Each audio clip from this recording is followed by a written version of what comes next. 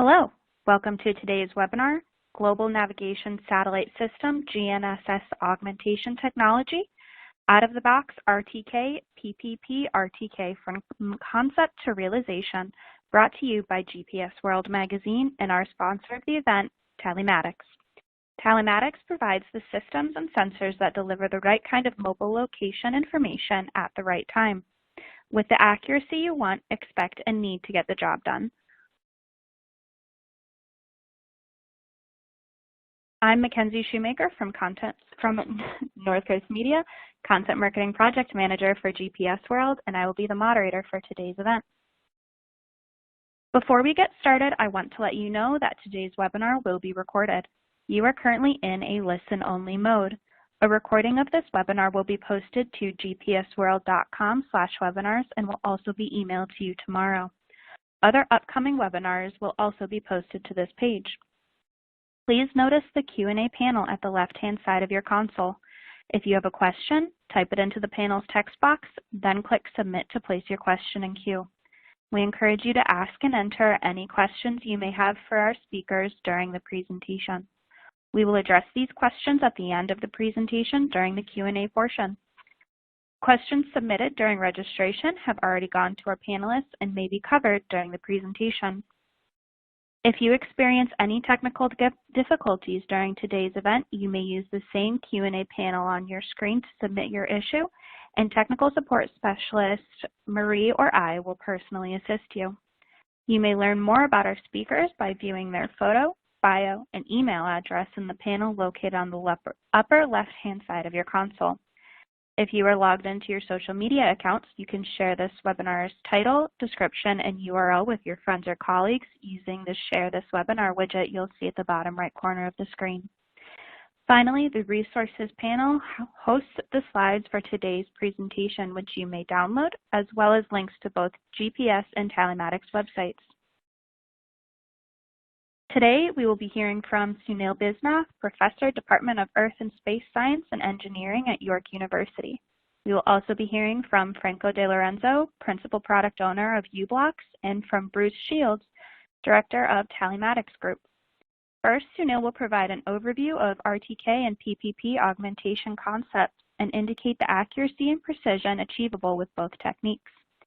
Franco will provide an overview of the u-blox PointPerfect augmentation system, ThinkStream augmentation message delivery technology, and their GNSS receivers. Bruce will provide an overview of the technology that Tallysman has built into the TW5390 Smart Antenna.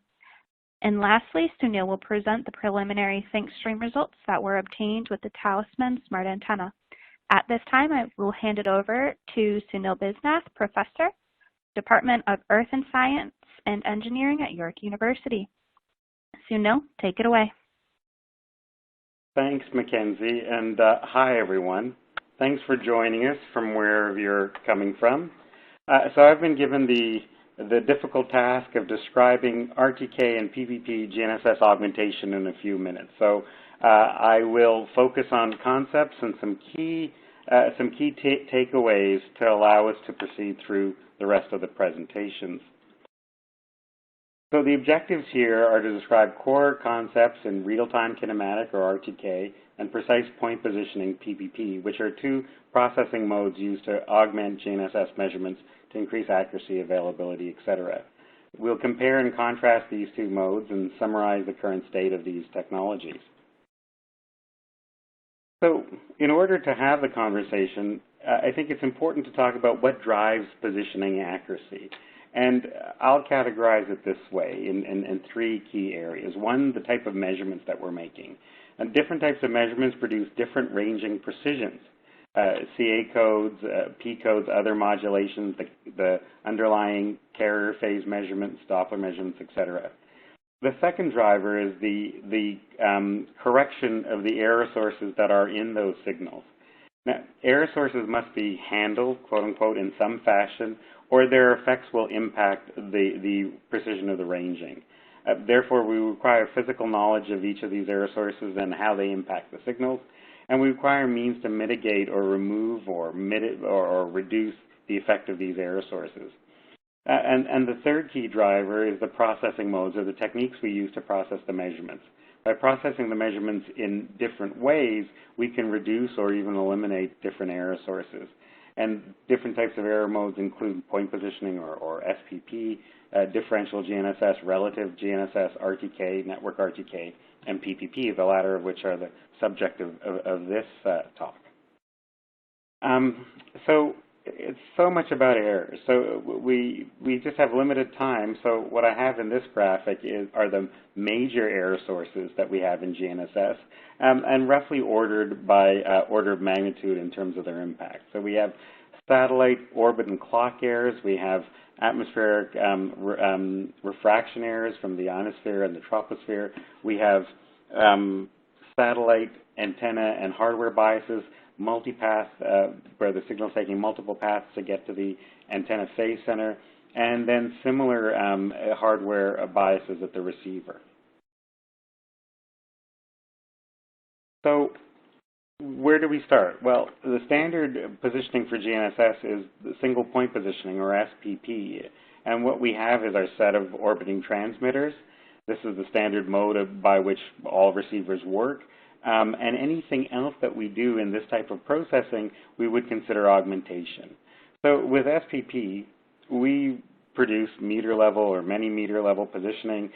There's limited error modeling that goes on in terms of the errors we talk about, especially for orbits, satellite clocks, ionospheric and tropospheric refraction. And many errors go unmodeled, most of the satellite and receiver biases and the local multipath.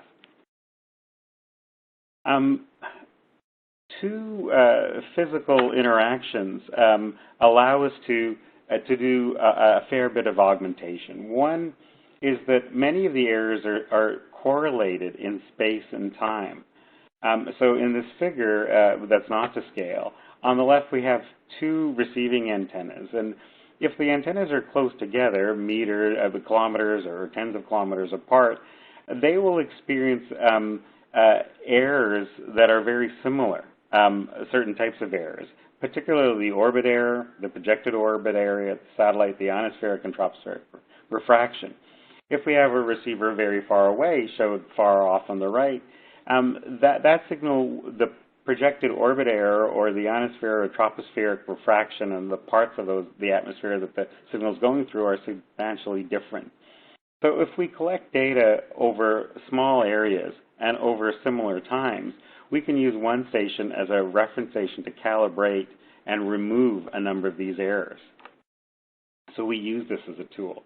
The second tool that we use is to mathematically difference measurements in a process that's called double differencing, whether it's implicit or explicit in the processing. So in the figure on the right, we have two receivers, A and B, receiving signals from satellites J and K, and if we observe all four signals at the same time, we can mathematically difference those signals to remove a number of error sources, and in some completely. So we eliminate the satellite and receiver clock errors and biases. And over short baselines, we can also reduce the ionospheric and tropospheric refraction as well. So armed with those two tools, we can develop what has become real-time kinematic, or RTK. And in this figure, we see a similar set of satellites, but instead of just having the rover, as we'd have for point positioning, we have a reference station at a known location where we can estimate a number of the error sources and then apply them as corrections to the rover. And through the double differencing will allow us to resolve the so-called carrier phase ambiguities. That is, an unknown number of integer cycles in each carrier phase measurement that we make between each satellite and each receiver to allow for very precise centimeter or better level ranging. So the resulting performance in RTK is centimeter level, and aside from eliminating a number of error sources, we can also reduce to a large extent a number of the other error sources, as long as the rover is not too far from the reference station. So we're talking about 10, 15 kilometers or so, or in some cases just slightly more. And then as the baseline length gets longer, the rover gets further from the reference station, we start seeing a limitation in these corrections due to the spatial decorrelation. So what can be done is we can create a network of reference stations, and that's what we have in the top left figure, where each squared dot is a reference station, and the purple circle is the area about that reference station that we have reliable corrections. Now, if we do this, we'll end up with many, many reference stations. So it's a set of baseline RTK solutions. What's been developed over the years, and then much more efficient, is we can interpolate a number of the error sources over this network and greatly reduce the number of stations we need, which results in the figure on the right, that we make use of the network and we interpolate orbit, ionotropic corrections over that area. It's more complex. The result is still centimeter level positioning, and we still have to deal with local multipath errors, but as long as we're within the network, we're doing really, really well. Here's an example from a network where we collected data over many hours, and we can see the consistency, the centimeter level positioning. We also have near instantaneous initialization and reinitialization. And so with network RTK, with RTK as long as the baselines are short, or with network RTK as long as we're within the network. So let's move on to PPP augmentation. So what is precise point positioning? Well, in the figure on the top, we see the point positioning processing components, the ingredients that go into the meter level solution. Well, in PPP, what we see in red is that instead of providing meter level satellite orbit and clock information, we can provide centimeter level orbit and clock information, as well as add additional error modeling for sub-meter level errors, and use not just the code modulation measurements, but also the carrier phase measurement modulations. And the result is, instead of meter level positioning, decimeter to millimeter level positioning, depending on how much data that we collect. One thing we can say is that compared to network RTK or RTK, PPP is much more sensitive to the measurements we have, because there are no local reference stations that are allowing the calibration and this additional information. PPP has evolved over the last 20 or so years, and what we have in this figure, again, not to scale, is just a cartoon of improvements. So originally, this big blue circle is the original PPP, which is real valued carrier phase ambiguities, meaning that they're float value. We cannot resolve the integer nature of those carrier phase ambiguities. And what has happened over time is we've been able to do that in terms of how we parameterize and estimate terms. And so that's what we see in the tan in the smaller circle is what we call PPP-AR, or PPP ambiguity resolved solutions. And then beyond that, in the green circle, is if we add ionospheric constraining either from a network or from another station, and we can also add tropospheric constraining. So if we had additional atmospheric constraining, we can improve that solution as well, and we tend to use this term PPP-RTK. But what we're seeing are improvements in the accuracy and the convergence. So this figure just gives us a sense of those relationships, where on the x-axis we have increasing precision or accuracy, on the y-axis decreasing initial convergence time, how long it takes from starting the equipment to produce a certain level of solution. And we see float GPS, improvements with fixed GPS, further improvements when we use fixed multi-GNSS, and finally when we use multi-frequency, multi-GNSS solutions, we see very high accuracy and very short convergence time. And we also have to consider the other items in the box on the right. So to give a sense of what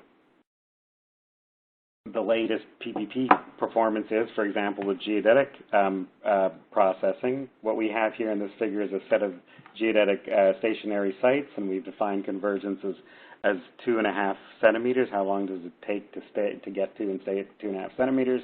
And what we see with the float results is it can take tens of minutes when we have dual frequency data. When we fix them, we see in the yellow that convergence goes down to a few minutes. When we use all available frequencies, and in this case we're using all 4 GNSS constellations and all available frequencies, and we fix those, we can get convergence very, very quickly, instantaneously or in tens of seconds. So some very nice results as we move forward. Now to talk about the corrections themselves. So corrections can come in 2 different forms, either OSR or SSR. OSR, or observation space representation, is where we combine, group, or lump the GNSS corrections together in the range or measurement or observation domain. State space representation, we have each GNSS error defined as a state term. So the SSR corrections can be transformed, mapped into the range domain, so they can become OSR corrections. And there's great flexibility with the SSR corrections because it doesn't require duplex communication like SSR does, where we have to send measurements, corrections back and forth. SSR is geographically and performance level scalable, and that you will see that in the next talk. So how do we use these corrections for RTK and PPP? Well, this figure shows on the left a number of the major corrections, and on the top right the different modes of operation from RTK or network RTK all the way to the right to PPP, and the corrections that we would apply and whether they're OSR or SSR, and how this changes the quality of the solution, the amount of infrastructure we need, and then the time it takes to initialize the solution. So we can see these relationships. In terms of communicating these corrections, on the left we have the reference stations, which could be spaced in very different ways depending if it's RTK or PPP. All of these measurements getting brought together, processed, and transmitted either via satellite link or internet link. If we're talking about observation space representation, OSR, we have 2-way communication links. With SSR, it's 1-way just from the network references to the user, and then we carry out the augmented precise positioning. So where do things stand today? Well, current RTK, network RTK technology is quite mature. It's been around for a few decades. We have baseline RTK systems that have been in existence and used for a very long time, and network RTK services in most urban regions across the globe. For PPP, it's mature globally and available when it comes to PPP and PPP RTK correction services. We're seeing a continual growth of the IONO or atmospheric constrained or PPP RTK services in regions around the globe, and they keep expanding. And multi-constellation, multi-frequency measurements are greatly enhancing these solutions and are being applied and available on a wider spectrum of hardware that you'll see some of today. And we're also seeing constellation-based correction services being developed as well, that is PPP-like solutions.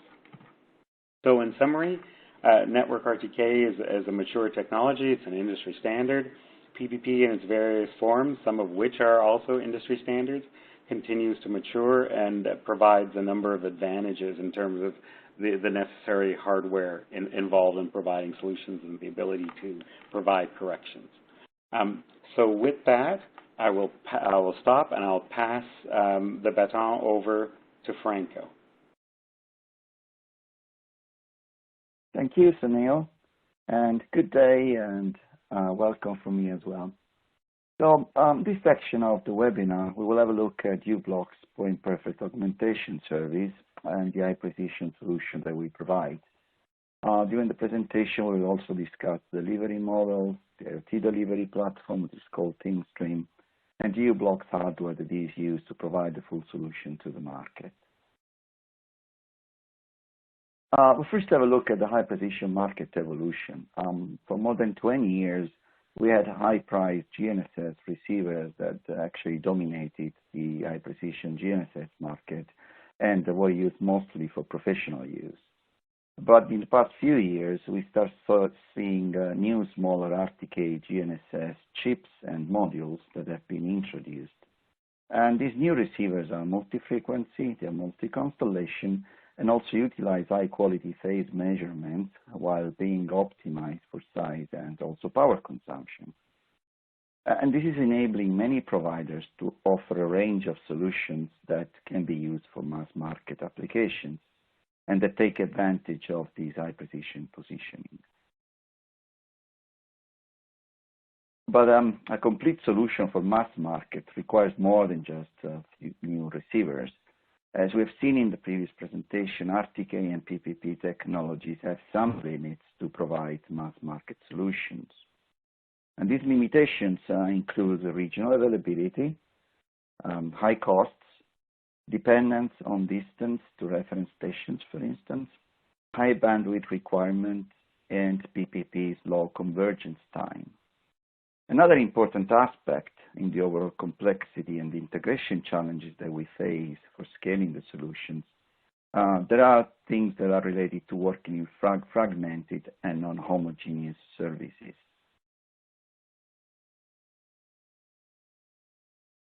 So we believe that the key for achieving really high-precision solution to become a mass market proposition is a combination of multiple factors. So we think there's to be seamless coverage on a continental scale. We need to enable centimeter level accuracy within seconds, redundant communications, for instance, via mobile internet and L-band satellite, offering simple, predictable, and flexible service plans. Getting transmission costs down is very important because we need to be able to reduce the data bandwidth requirements, and this can be done by using an efficient data format and messaging protocol, and also making it easy to integrate the service with position and connectivity hardware, and importantly with the cloud delivery platform itself. And these are really the key ingredients, we believe, to get to scalable, comprehensive precision solution. Now, if we have a quick look at the use cases, we can see that there are different use cases that are increasingly popping up in the high precision applications. And this is expanding the ranges of the applications, for instance, to include robotic mowers, service robots, drones, and we're also expanding the precision agriculture capabilities. And in the future, we really expect millions of devices demanding high precision positioning, and these devices need to be delivered economically, quickly, and easily, a good solution. And naturally, the users will benefit from all the advantages that a competitive high precision solution can deliver. And now, if we start looking a little bit at the difference more about the OSR and the SSR, as we've seen in the previous presentation, there's significant difference in the way that the OSR and the SSR service operates. With the OSR service, it is necessary to know the position of the rover in order to send back the correction data. And this requires that you have dual communication channels, but it also means that each rover will have its own dedicated correction stream, and this makes the solution a bit more challenging to scale. With SSR, it is not required to receive the rover position, so we are able to broadcast a stream of corrections to all the rovers that are located in the same region, for instance, in the same continent. This also means that additionally, we can choose other delivery mechanisms, such as L-band, in addition to the IP, for instance, to offer redundancy and increase the availability of the service. If we start looking at the comparison in more details about the different services, we can see that if we start having an overview of the main characteristic of the three services that we discussed, so the RTK networks, the PointPerfect, the PPP RTK, where PointPerfect is, and the pure PPP services. And if we look at the main attributes, we can see that PPP RTK technology, and especially PointPerfect, really can be placed right in the middle between the RTK and the PPP. And that is because it offers a good compromise in terms of performance, but also has the advantage of better coverage and availability, and it also has clear benefits in the data consumption requirements. As you can see here, the data required for transmitting the same amount of, well, not the same amount of data, but maybe the same amount of useful information is much reduced in the case of PointPerfect. Also, there is taken into account that PointPerfect has the advantage of using an open protocol, which is called Spartan, and is not using a proprietary one that is, for instance, used by many other vendors in the PPP RTK market space. But I will talk more about Spartan a little bit later.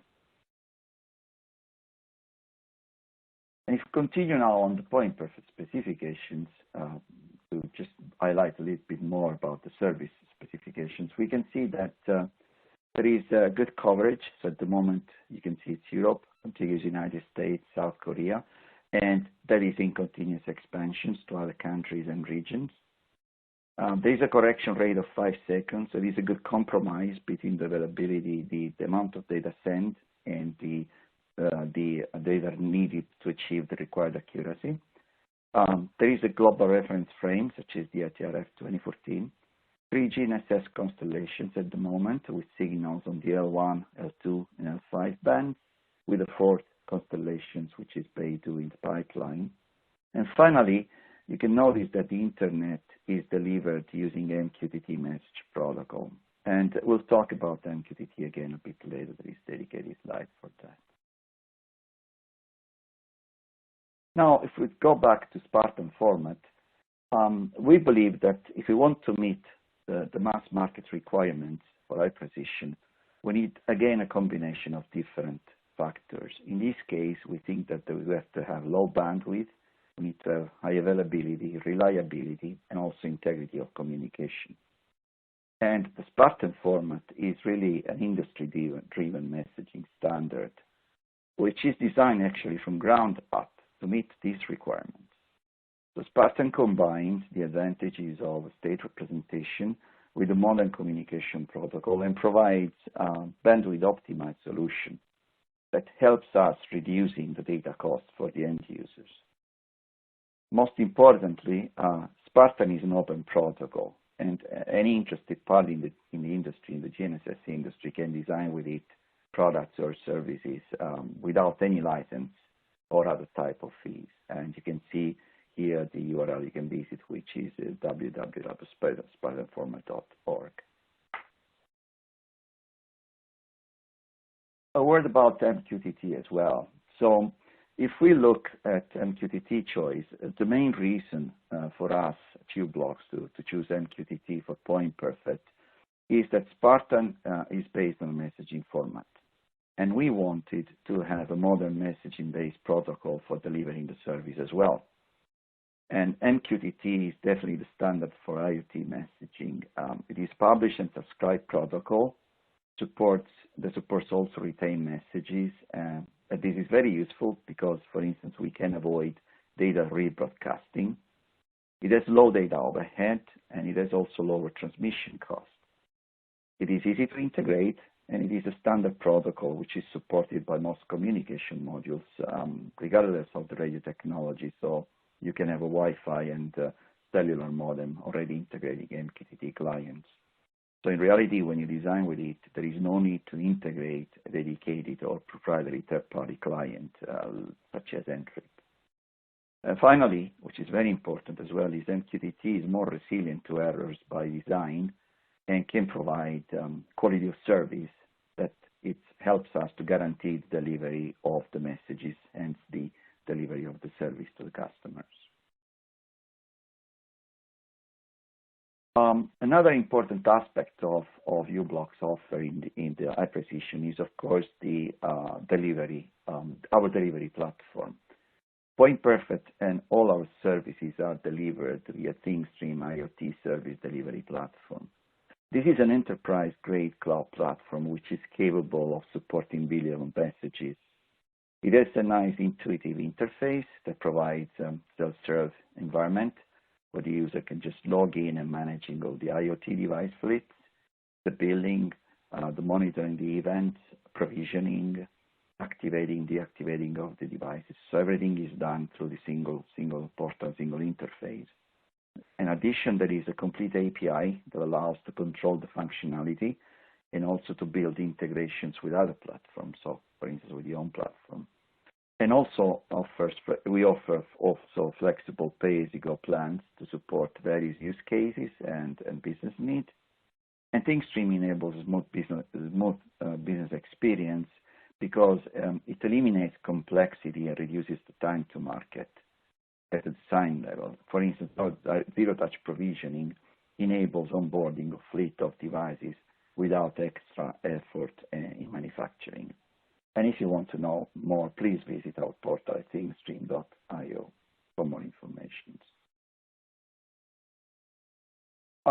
If we look very briefly at the two distribution models we use for PointPerfect, we have the first one, which we call the service to device. And in this model, we distribute the service directly to the customer's devices.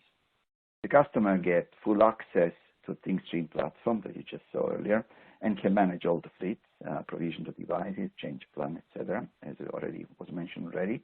But important to notice is with this model, you can also benefit, of course, from the flexible pricing models and use the pay-as-you-go option.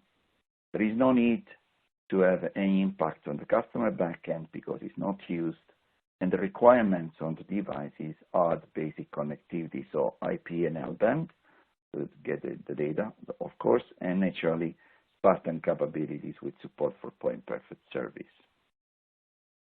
The other model that we use is a service to service, and I will not spend a lot of time here just to mention that in this model what we do is we deliver the service to the we still deliver the service over L-band directly to the devices. However, the IP delivery will be routed through the customer own backend. And then the customer has full control on the message format and also the distribution of the service to the end devices. Now let's spend a few minutes talking about the products that actually support the high-precision solution at u-blox. So if you look at the u-blox product that supports PointPerfect, we can see we start with the ZF9P. And this is for sure one of the most known products in the high-precision market at the moment. These positioning modules integrates multi-band GNSS and RTK technology. It is in a compact form factor, can deliver centimeter level position in seconds, and it is very popular in the industrial navigation robotic market. The F9P currently use signals from all 4 GNSS constellations and also from signals in the L1, L2, and L5 bands. So it can provide fast convergence times and reliable performance, and it really enable really efficient and scalable applications. In the same family with the F9P, we find also the F9R, and the F9R is an ADR, so an ADR solution, so that reckoning solution, and it can achieve the centimeter level accuracy that is needed for lane accurate positioning, for instance, even in challenging environments. And this is done by combining, as I said, high precision GNSS with very advanced dead reckoning. And as you can see here in this figure, there are several components that contribute to this solution.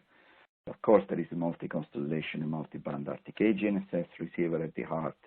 Then there is a 3D gyroscope and accelerometer to measure the direction and changes in velocity, of course, when the GNSS signals are not available. Then there is wheel thick and forward reverse direction of the car. There is also a dynamic model that is suitable for automotive environment. And this is done by assuming that the vehicles have low vertical acceleration and low lateral motions. And obviously, this is all combined with PointPerfect to deliver the full high-precision solution. So, as we've seen, u-blox is really one-stop shop solution We provide industry-leading high-precision solutions with multi-band GNSS receiver modules, such as the ZF9P, F9R, also the Neo D9S, which is used for L-band reception, and PointPerfect, which is the advanced GNSS augmentation service. Also, we deliver all the services through ThinkStream IoT services delivery platform, and we provide secure connectivity hardware. So these all work seamlessly together from silicon to cloud. And as seen here, in combination with the Talisman comprehensive pseudo antenna, we can answer the mass market needs of the emerging high-precision GNSS applications. This was all from me, so thank you for your attention. And now over to Bruce Shield from Talisman for the next section of the webinar. Thank you.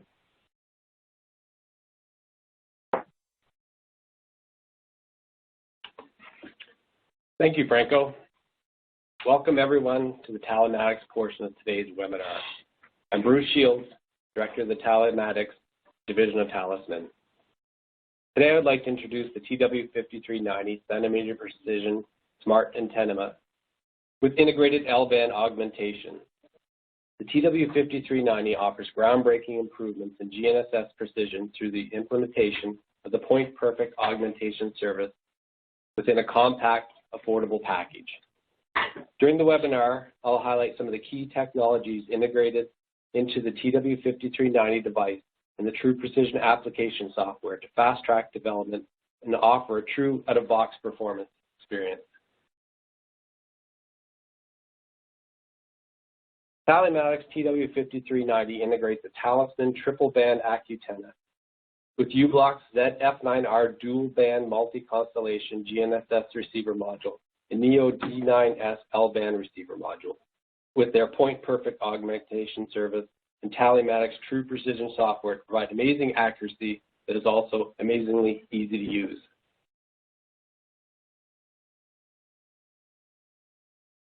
Let's take a moment to review standard positioning accuracy for an L1 receiver. Standard position relies upon deriving an accurate estimate of the signal's time of flight from satellites to the antenna.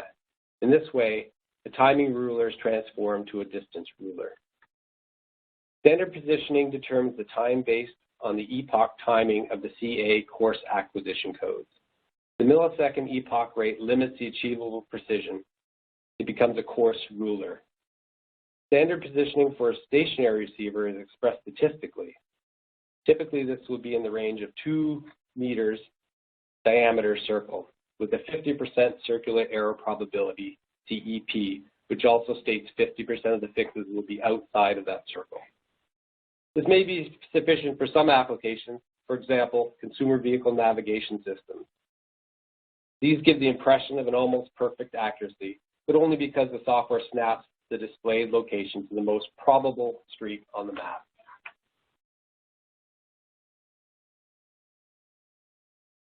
For more accurate solution, a multi-band GNSS receiver such as the u-blox S9 family derives distance by phase locking onto the carrier waves for each of the individual signals in the solution. This provides a much finer ruler. For example, the 1575.42 megahertz L1 carrier has a period of 635 picoseconds and a 19 centimeter wavelength, which provides a much higher resolution. Key elements contributing to a rapid, precise position are, firstly, the sensitive wideband antenna with a defined point of origin, defined endpoint to the measuring device. Secondly, a very capable dual band receiver for integer phase resolution with accurate error source modeling to resolve the total phase cycle count. Thirdly, a continuous correction of the derived position using augmentation data provided by a service such as u-blox PointPerfect. The received signal amplitudes are very small, less than 120 dBm. So there's a critical dependence on antenna performance and exceptional low noise operation.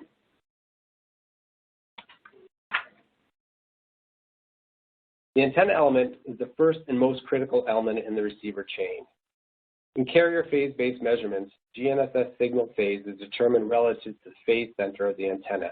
This effectively is the zero end of a conceptual tape measure. Antenna phase centers typically have some dependence on the signal frequency and elevation angles of the signals incident on the antenna. Antenna element type integrated into the TW5390 has a total phase center variation of 8 millimeters or plus 5 millimeters minus 3 millimeters as calibrated by Geo++, the foremost source of antenna calibration. The phase center variation is represented as the green cloud at the image on the right.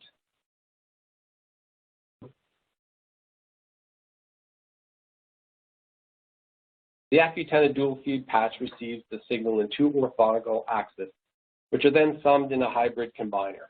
The resulting signal maintains pure right-hand circular polarization over the broad GNSS bandwidth.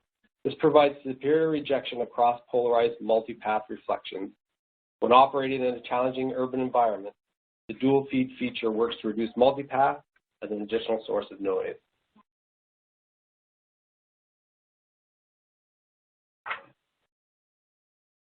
For remote operation, the PointPerfect service, the TW5390 integrates an L-band receiver for satellite broadcast.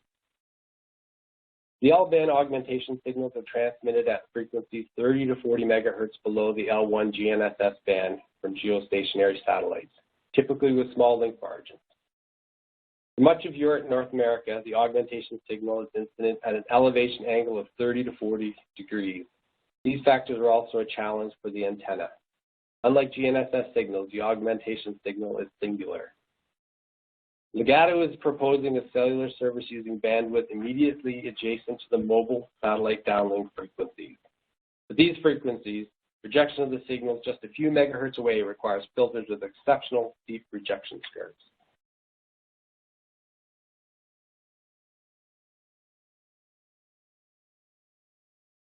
For those less familiar with GNSS, signals are broadcast in two frequency bands. For example, GPS signals are broadcast at approximately 1776 megahertz, L5, 1227 megahertz, L2, and 1575 megahertz, L1. Other constellations employ similar frequency plans. It is essential to tightly filter received signals to protect against many potential sources of interference. However, every filter has insertion loss increasing the noise figure and nonlinear group delay, especially at the all-important band edges. The filtering is a compromise. TW5390 passband response, shown as a very sharp filtering to protect against Legato, Iridium, Inmarsat, and Globalstar signals, plus some high-amplitude mobile signals that can become cross-modulated onto either of the frequency bands.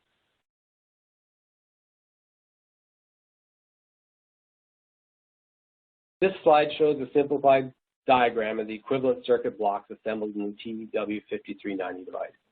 So if we look to the left side, we have a precise multi-band, multi-constellation GNSS plus L-band antenna element.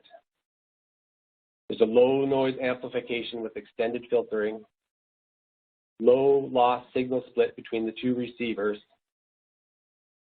digital inter-receiver communication delivering PointPerfect augmentation, and then corrected NEMA output position messages.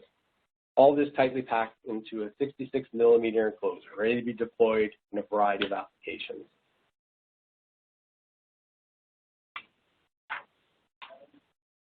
This slide recaps the key functions that have been packed into the compact footprint of the 5390 device. Triple band Accutenna with tight phase center variation and low axial ratio. Very low noise amplifiers with precipitous extended filtering. Neo D9S L-band receiver for augmentation reception. ZF9R dual band GNSS receiver. Integrated IMU for UDR and ADR, dead reckoning. PointPerfect augmentation from satellite or IP source. I'd like to highlight the integrated IMU, which I'll discuss later in the presentation.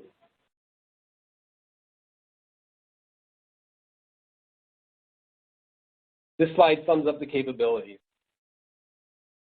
TW5390 provides centimeter level precision, fast convergence, accepts either IP augmentation or L-band augmentation, includes IMU for challenging urban environments, all within a compact environmentally ready enclosure.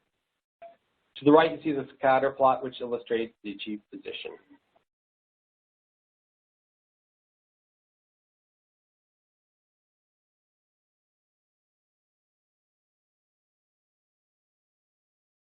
This slide shows the TW5390 receiver in contrast with more commonly used GNSS receiver configurations. The left panel shows the standard positioning for a stationary L1 receiver. Note the wandering of the solution at 2 meters, 50% CEP. The middle panel shows positioning for a stationary L1, L2 receiver. In this case, you note the approximately 4 times reduction in the diameter of the 50% CEP. And in the right-hand panel, show the TW5390 receiver with the PointPerfect augmentation active. To me, that looks awesome.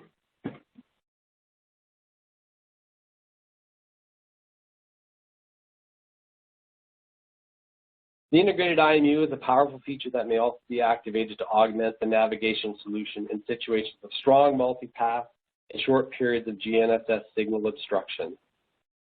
This image depicts some of the challenges when operating in an urban canyon where the receiver signal is challenged by strong multipath, limited visibility, and dynamic constellation as the antenna passes in and out of obstructions.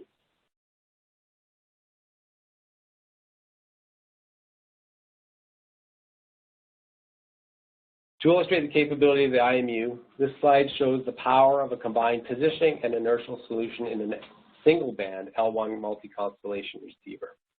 The left panel shows some of the instantaneous positioning errors when operating within an urban canyon, continuous mixing of directly received signals and highly polluted multipath signals.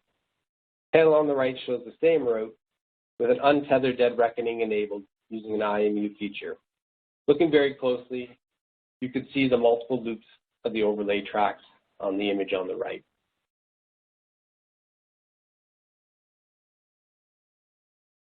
And this shows the Google Earth overlay, shows the depth of the urban canyon where the test was performed.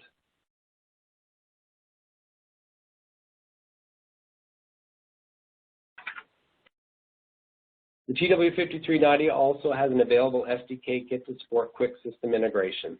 The SDK includes the TW5390 USB bridge, true precision application, and 60 days of PointPerfect trial subscription. True precision application is key to a quick start. It ensures the TW5390 configuration and facilitates a connection to the ThingStream PointPerfect service as needed.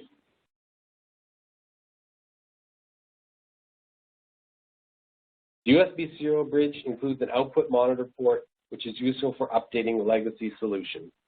The True Precision application may use the control port for activating the augmentation service, while monitor port may output NMEA messages to legacy systems with precise positions. Serial bridge also provides power to the antenna and test points for calibrating the 1 PPS output.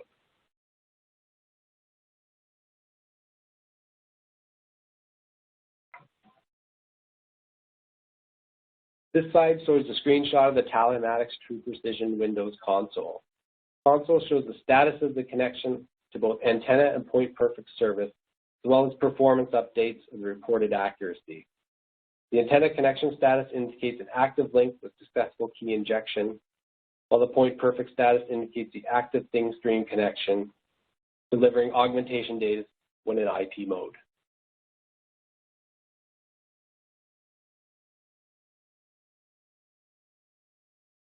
This is a screenshot of the Tallymatics True Precision configuration console.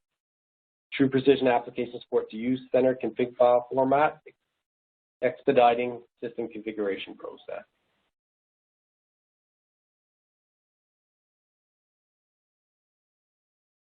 And finally, a quick word about what's on the horizon. The high precision augmentation solution will also be available in our integrated ground plane subassembly and also a USB magnetic mount solution. The integrated ground plane solution option targets applications integrating precise positioning into molded structures. For certain applications, it is advantageous to avoid mounting the antenna on a large ground plane surface. The skin current of a large plane can disturb antenna performance related to axial ratio and affect low elevation gain.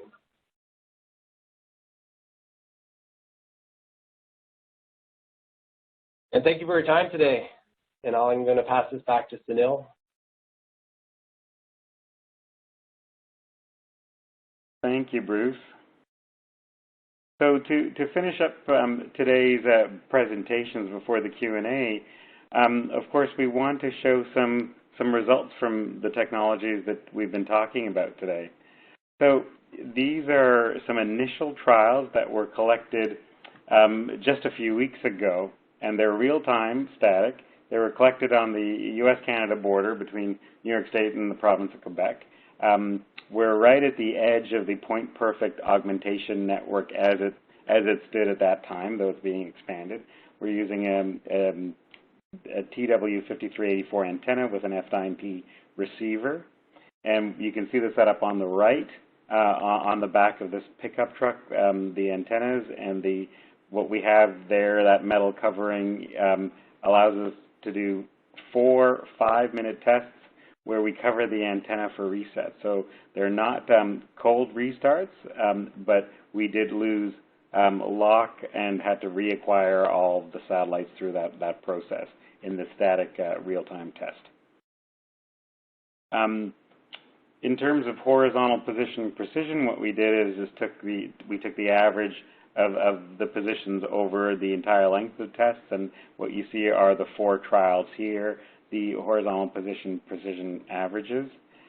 This is post-convergence after AR has been reached in the system, so we're looking at post-convergence results. 1 Hz solution output, and what we can see from the 4 trials, and I want you all to keep in mind that the scales here are plus or minus 10 centimeters, so we've zoomed very far in so you can get a sense of the structure, and we see the typical north-south structure that we'd get because of the nature of the constellations, how the satellites move, and we get a horizontal standard deviation over all 4 trials of 2.5 centimeters after convergence with this hardware and correction at the edge of the correction network. For people who are interested in vertical, we don't want to leave them out, and we have similar results, but looking at the 4 time series, and we see standard deviation over the 4 trials of just under 6 centimeters, and you can see some structure from trial to trial. People are always interested in initial convergence, that is how long it takes to produce to get to a converged solution. And so what we have here are the 4 trials in gray, the time series over the 5 minutes, and the horizontal position offset from that overall mean value. And in green, the green time series is the average. So if we were to zoom in, and again, I'm always interested in these details. If we zoom in and look within the first minute or 2, the average, so we can see what's happening with the average, is that a few things can be said about the convergent range. So we see convergence reached, that's an ambiguity resolved solution from 10 to 41 seconds. And once we get to that convergence, the horizontal offsets are 2 to 8 centimeters. So in terms of the average, that is the green averages, we see convergence about 40 seconds and with an offset of about just under 4 centimeters. So to conclude, we've used this particular antenna receiver technology with the PointPerfect augmentation at the edge of the augmentation network as it currently stands. The specifications are for the service is 3 to 6 centimeters horizontal 95% of the time within 30 seconds of turning the whole system on. What we're seeing with the initial static open sky tests is average convergence that's quite close to that, and we understand that that limitation is because we're at the edge of the network with average horizontal convergence of 4 centimeters. And as someone who's been involved with GNSS for decades, it's great to see this convergence time and convergence error or low error or performance with this set of mass market hardware and correction service. So with that, I think I'd like to end and pass things back to Mackenzie. Thank you so much, everyone. That was awesome. At this time, we're going to jump into some questions that we received, starting out with Franco. Franco, what software could be used to test PPP RTK, and is there any open source licensed software for this purpose? Oh, thank you for the question. Well, we provide from u-blox a free Windows software tool that is called u-center. And that's a comprehensive, actually, GNSS evaluation tool, and it's very well known, has been around for several years. And it has a very good set of features and for evaluating high precision as well. And it can be freely downloaded from our website at u-blox.com. So it's a free software that comes with all the nice features for evaluating GNSS and high precision as well. Thank you. Okay, great. My next question is for Bruce. What are the solutions for mobile RTK corrections? Great, thank you. Good question. So, although this the presentation we did today was focused mainly on PPP type corrections, the TW5390 receiver technology itself has capability to enable RTK base station and rover from those units. So two units may be used together to form a base station or rover pair. So the only addition for that type of solution would be the radio link between the two smart antenna devices. Okay. We have time for one more question. This one is for Sunil. Does the increase in number of signals received by a receiver from different satellites improve its accuracy? Thanks for the question. I see others in the text that are similar. Mackenzie, the overall answer is yes. To go into a little more detail, especially for PPP, what we see is that additional signals from additional satellites definitely improves the result, and additional frequencies from those satellites also improves the result. This is less so the case for network RTK in the sense that we have close by reference stations that are providing a lot of additional information. But it helps with everything, especially when there are signal blockages and we see even greater improvement. Okay, great. Thank you. If you have additional questions for our speakers, you may reach out to them using the email addresses you see on this screen. And thank you all for attending today's webinar, Global Navigation Satellite System, GNSS Augmentation Technology, Out-of-the-Box RTK, PPP, RTK from Concept to Realization, brought to you by GPS World Magazine and our sponsor of the event, Tallymatics. A recording of this presentation will be emailed to you tomorrow, and the slides are available for download in the resources panel. Thank you again for attending, and we hope you'll join us for another great webinar.